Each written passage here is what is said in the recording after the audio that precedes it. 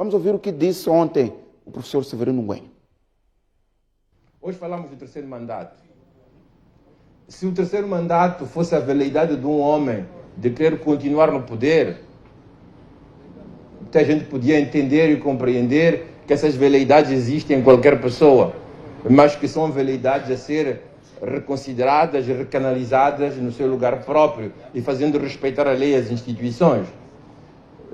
Mas parece-me que por trás do terceiro mandato esconde-se uma outra coisa. Reza os ditados populares que quando um ser está metido numa gaiola, por quanto pacífico ele possa ser, a certa altura torna-se violento porque encontra-se numa situação de prisão. Eu tenho estado a pensar estes dias que com a situação de Moçambique nos últimos 20 anos, nós temos um presidente que goza de liberdade e os privilégios que a função presidencial lhe dá enquanto ocupa aquele espaço, mas carrega consigo mesmo problemas enormes que podem levar que, saindo daquele lugar, ele tenha, para ele e para a sua família, consequências graves. Se esta minha percepção e interpretação não é errada, pode ser que o terceiro mandato não seja ligado a veleidades individuais, mas seja uma espécie de autodefesa que a pessoa se dá para salvar a sua vida e a sua própria liberdade. Se eu penso assim e vejo os movimentos e os discursos que se fazem em volta do presidente Guebuza que está de volta, das vontades de vingança que circulam nos nossos ouvidos, dos conflitos que temos no norte de Moçambique e metem Moçambique em repentalho, com risco de divisão, com o racismo que cresce, com o tribalismo que cresce, eu pergunto-me o que é que vai ser de Moçambique daqui a 2, 3 anos. E aquilo que antevejo não é nada bonito. Eu antevejo, no meio de 2 conflitos que já estão em curso, ainda mais conflitos possíveis. Às vezes fico a pensar e digo às minhas irmãs assim: os nossos filhos não vão de ver o Moçambique de Rovuma a Maputo como nós conhecemos.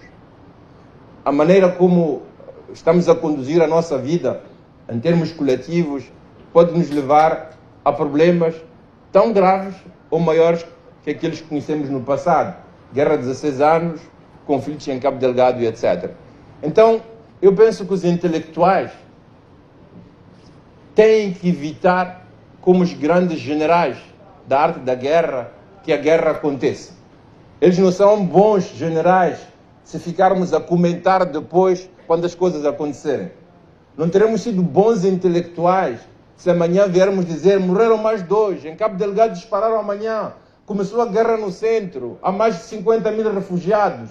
Talvez tenhamos que nos perguntar que missão temos que nos dar a nós próprios para fazer com que estes desastres de que Moçambique tornou-se campeão possam se evitar. E me parece que a maneira de evitar, pensada por todos, pode ser um ar fresco para aqueles que vão tomar decisões, que vão posicionar, que estão a posicionar-se. Eu termino, desculpa, sei que foi longo, peço desculpa, mas eu, quando cheguei na Itália, o presidente, a uma certa altura, chamava-se Craxi.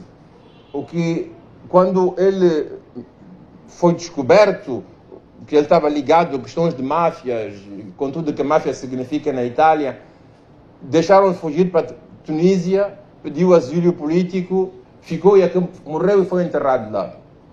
Aquela foi a maneira italiana para não fugir de um problema, mas fazer com que a presença do indivíduo num espaço não fosse um problema suplementar para o país. Vocês pensem na Segunda Guerra Mundial. Portugal não julgou ninguém, de todos aqueles que eram da PIDE. Os fascistas na Itália e na Espanha não foram julgados. O número de julgamento de Nuremberg foi por poucas pessoas. O mais importante era fazer com que a vida coletiva continuasse, que houvesse progresso, que houvesse democracia, que houvesse trabalho, que as crianças tivessem um futuro. E penso que no nosso país temos que inventar mecanismos de perdão coletiva, de criação de espaços para que nenhum de nós,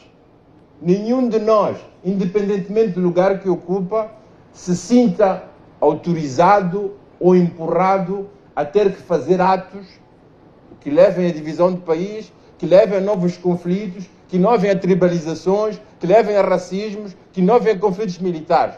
Nem para proteger-se, ainda menos por veleidades de vingança. Justiça e vingança são dois conceitos que me parecem diferentes. Eu queria partilhar isto. É uma coisa que me atormenta, que me angustia, sobretudo porque cada vez que tomo um café com alguém, os mesmos temas voltam à mesa, mas nós nunca juntos nos perguntamos: ser intelectuais na nossa sociedade, o que é que significa? Como podemos nos posicionar, como podemos ajudar que através da reflexão a gente encontre uma saída para o problema que todos assistimos e vivemos no nosso próprio cotidiano.